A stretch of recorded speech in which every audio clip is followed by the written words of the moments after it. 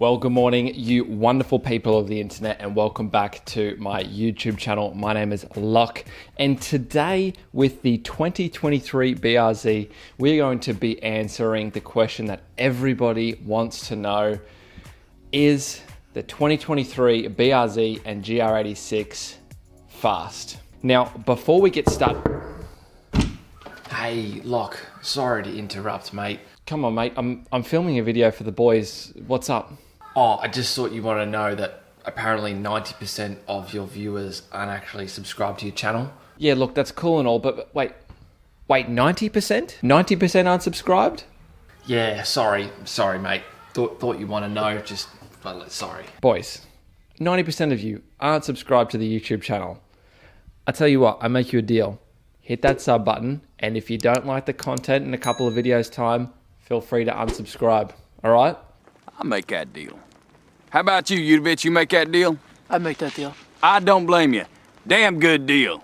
Right, so yes, that's what we're asking today. Is the 22 plus BRZ and GR86 a fast car? For people out there that haven't purchased this car and thinking, oh, I don't know if I'm gonna buy it or not. I'm not sure if it's fast enough for me. I've just come from a 5-litre Mustang, a WRX, whatever, and I'm not sure if this is the car for me. Well, continue watching and you will find out, trust me. Anyone who's done their research knows they now come with a 2.4 litre boxer motor that produces 175 kilowatts or 230 horsepower at the engine, and it is non-turbo.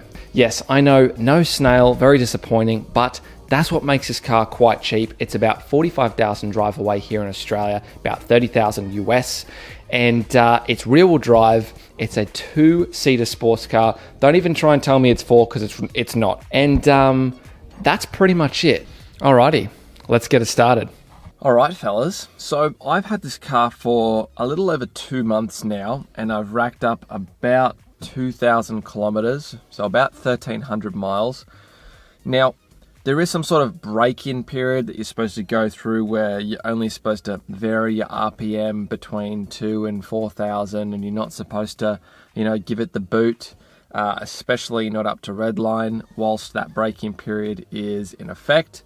We are definitely out of that break-in period now, and it's time to really put the foot down, do some wide open throttles, and see the response of this new FA24 engine, and give you guys a good insight as to just really how quick this car is, and whether or not it is suitable for, what you would like out of a daily driver or out of a track car.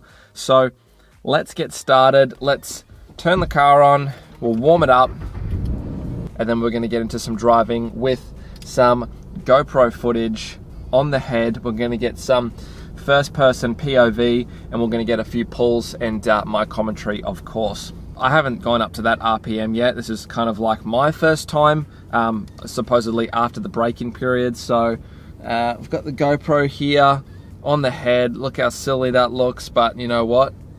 The things I do for you boys to get some decent footage, all right? If that's not worth a sub, then I don't know what is. Our oil temp is up to 90 degrees and our coolant temp is at normal operation temperatures. So we're gonna go ahead and we're gonna move on to the highway.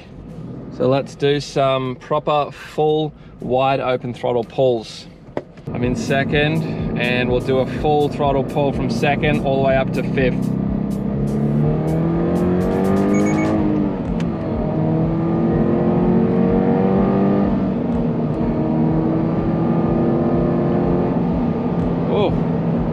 I'll come up to the next roundabout, we'll go around that and we'll come back, and we should be able to do second all the way to fifth.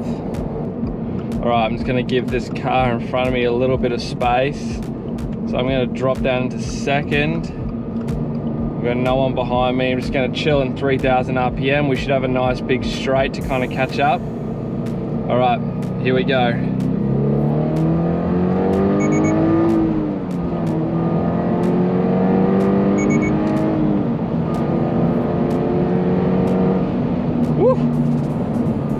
Hey, that's actually not bad. You definitely feel a lot of torque between the I would say 3,500 to 5,500 kind of mid-range area. And well, we got up to like what, that was like 125, 130 pretty fast. The torque, honestly, it didn't like put me back into my seat as much as obviously like you would a turbo car, but that's actually pretty nimble. That's pretty quick. If you're driving a BRZ as your daily driver and you want to be quick and nimble everywhere, then this can definitely do it. It's got enough power now. I've driven the 2-litre and the 2-litre definitely lacked in the mid-range, whereas this new 2.4-litre, it honestly keeps going until the red line.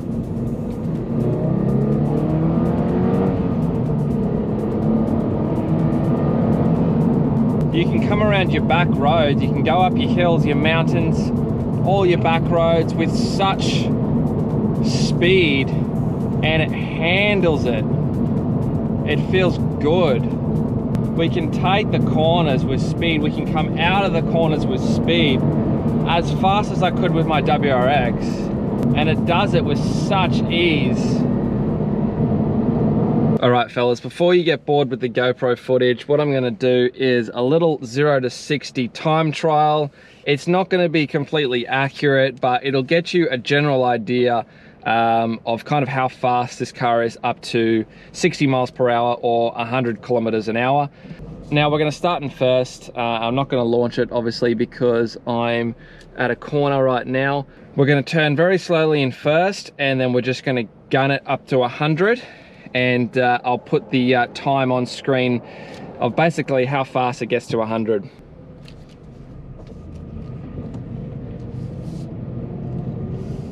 Well, we're gonna go now.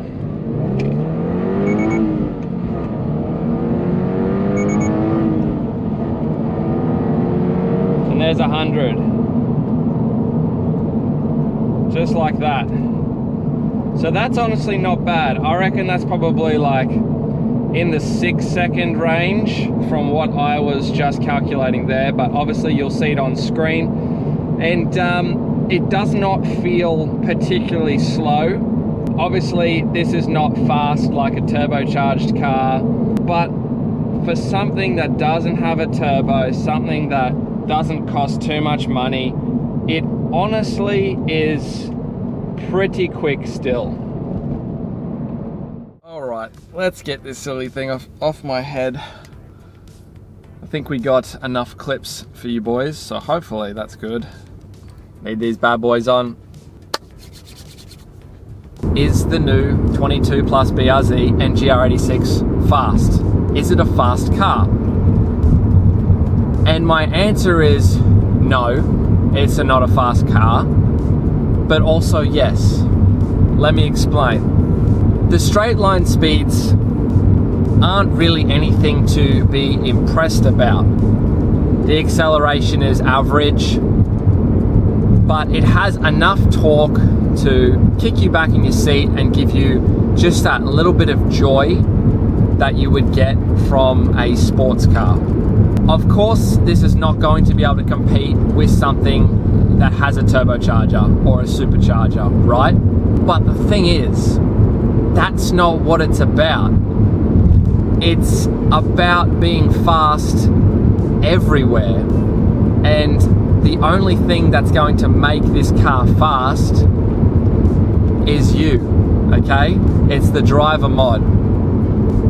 You can drive this car fast friggin' anywhere, around roundabouts, corners, up mountains, hills. It's meant as a race car. It's meant to go fast everywhere. And I think that if that's something that is going to tick your boxes, where you can drive this fast anywhere and have enjoyment out of a 6-speed manual transmission, rear-wheel drive sports car, for the cheap, by the way. These cars are pretty cheap, you know. It's not as expensive as a Porsche, and it's certainly not as fast as a Porsche, but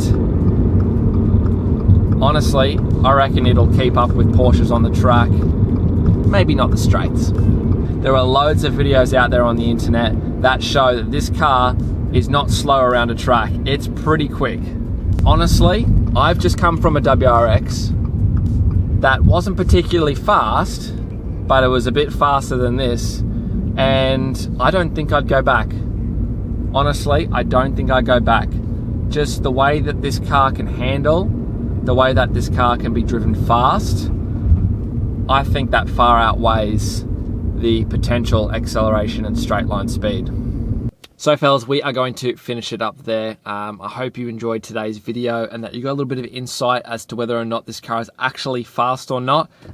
Maybe a little bit different from other YouTubers, so hope you really enjoyed that. And yeah, we're just gonna finish it up here because it's Sunday afternoon. I'm gonna go get a gym sesh in and going to wind down before the working week. One thing I like to do is if you make it really far in my videos and you're an OG and you watch everything in the video, is I like to give you some little spoilers about kind of what's ahead. And the next spoiler is I am purchasing some coilovers this week. So once I purchase those, it'll probably be about another week, maybe a little bit longer for shipping. And then we'll be able to install those very, very soon. So super excited for that, because once we install coilovers, you know what happens after that. Thank you very much for watching, and I appreciate all your support, and I will see you in the next video.